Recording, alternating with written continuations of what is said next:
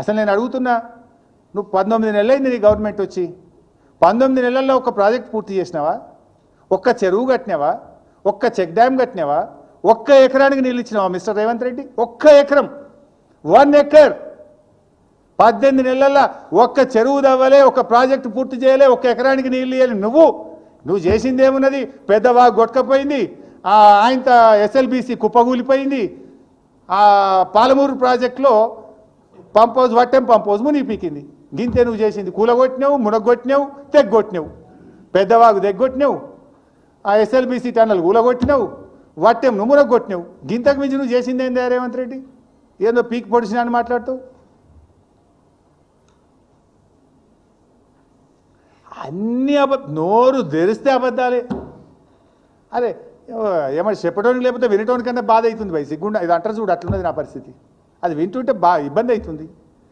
నిన్న మాట్లాడుతూ తమ్మిడి హేటికెళ్ళి గ్రావిటీ ద్వారా నీళ్ళు వస్తుండే అంటాడు. అరే అమ్మ, వీళ్ళకి ఏం చెప్పాలి? ఎక్కడి కథ ఇది? అది ఉన్నది చూపిస్తా ఒకసారి.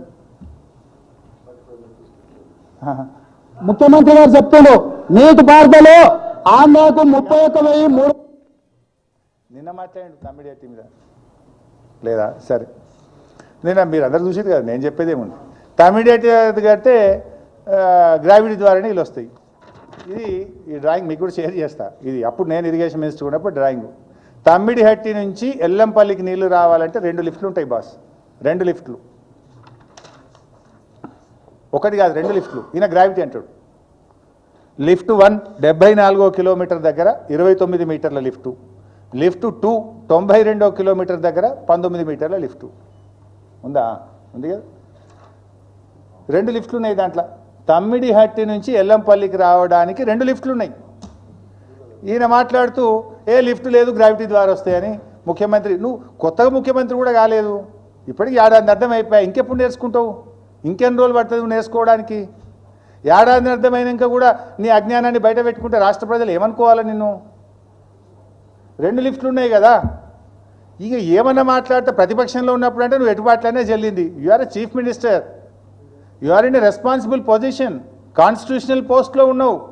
మాట్లాడేటప్పుడు ఆచి తూచి 1కి 2 సార్లు చూసుకొని మాట్లాడాలి మిస్టర్ రేవంత్ రెడ్డి.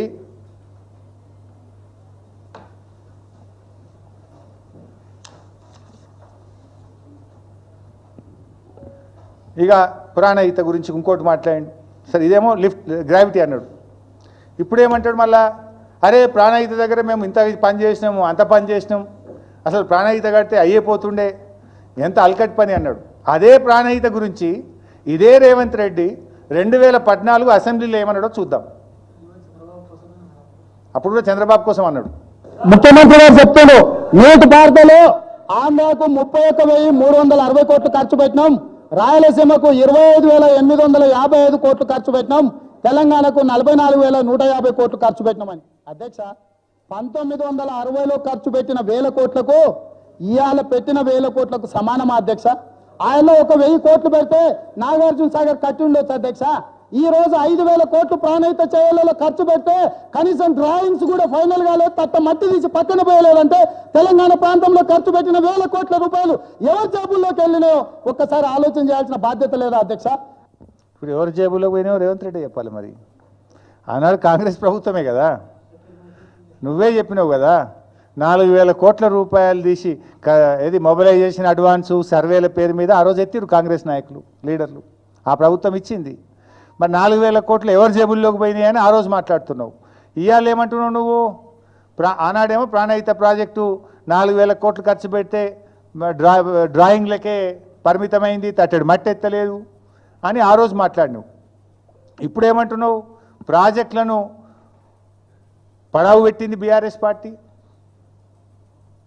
కాంగ్రెస్ పార్టీ ఉంటే అసలు కాంగ్రెస్ పార్టీ ప్రాజెక్టులను పూర్తి చేసింది, కాంగ్రెస్ పార్టీ బాగా పనిచేసింది, బీఆర్ఎస్ 10 ఏళ్లలో ఏం చేయలేదని మాట్లాడడం ఇది నీ ఆత్మవంచనకు పరాకష్ట కాదా? ఇది ఆత్మవంచన కాదా? ఏ రోటికాడ ఆ పాట పాడతావా? ఏటు వాడితే అటే మాట్లాడతావా? 2014లో మాట్లాడినావు నువ్వు ఇది. ఆ రోజేమో కాంగ్రెసు మొత్తం పైసలు మెక్కింది, మింగింది, ఏం పని చేయలేదు, దండుగంటివి. ఇప్పుడేమో కాంగ్రెస్ పూర్తి చేసింది, బీఆర్ఎస్ చేయలేదని పట్టివి.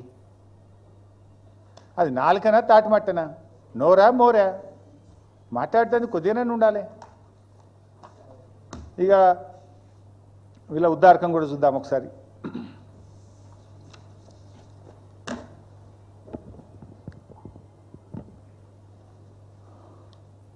వీళ్ళు సాధించిందిగా ఆ మినిట్స్ ఉందా చూపించగలుగుతావా? రాష్ట్రం ఏర్పడి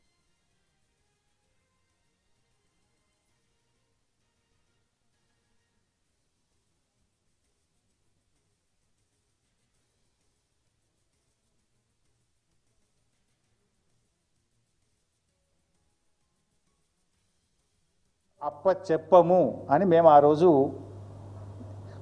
కాపాడి పెట్టినాం. అది కాదు, ఇది minutes of the meeting, this one minutes. అప్పచెప్పము అని ఆ రోజు మేము ఆపినాం.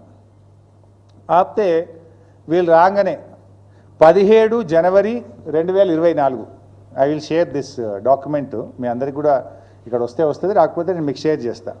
17/1/2024 ఇందులో 2 రాష్ట్రాల ఇరిగేషన్ సెక్రటరీలు, 2 రాష్ట్రాల ఈఎన్సీలు కూడా పాల్గొని సంతకాలు పెట్టి వచ్చిండ్రు. ఏం పెట్టిండ్రో ఒకసారి చదివి వినిపిస్తాను మీకు నేను.